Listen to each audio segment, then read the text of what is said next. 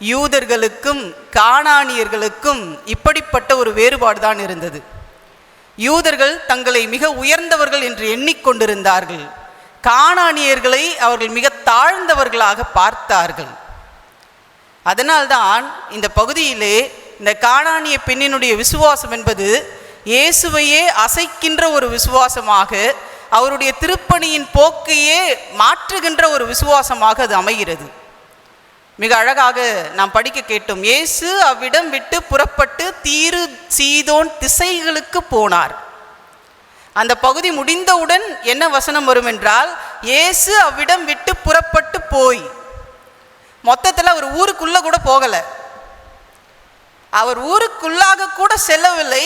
ஆனால் அவர் வந்திருப்பதை அறிந்த இந்த பெண் இயேசுவை சந்திக்கும்படியாக வேகமாக வெளியே வருகிறார். இயேசுவினிடத்திலே அவர் பேசுகிறார். ஆனால் ஆண்டவர், ஐயா ரொம்ப அழகாக சொன்னாங்க, நமக்கு பிடிக்கலன்னா சில நேரங்களில் பதிலே பேச மாட்டோம், நம்ம தெளிவாக அதை செய்வோம்.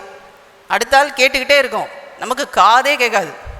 கேட்குற ஆளுக்கு வருகிற கோபம் என்ன அப்படின்றது நம்ம எல்லாருக்கும் நல்லா தெரியும். இயேசு பதிலே பேசலை. திரும்ப பேசும் பொழுதும் அவர் எதிர்மறையாக பதில் சொல்லுகின்றார். மூன்றாவது முறையாக கேட்கும் பொழுதும் பிள்ளைகளுடைய அப்பத்தை எடுத்து நாய்க்குட்டிகளுக்கு போடுவது முறையல்ல. நாய்க்குட்டி வீட்டுக்குள் வளர்க்கப்படுகின்ற குட்டி, அங்கே பயன்படுத்தப்பட்ட அந்த வார்த்தை நாம் கேட்ட வண்ணமாக குனாரியோன் என்கின்ற கிரேக்க வார்த்தை அது.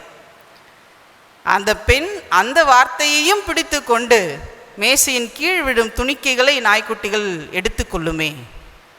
இந்த விசுவாசம்தான் இயேசுவை நிற்க செய்தது, இயேசுவை திரும்பி பார்க்க செய்தது.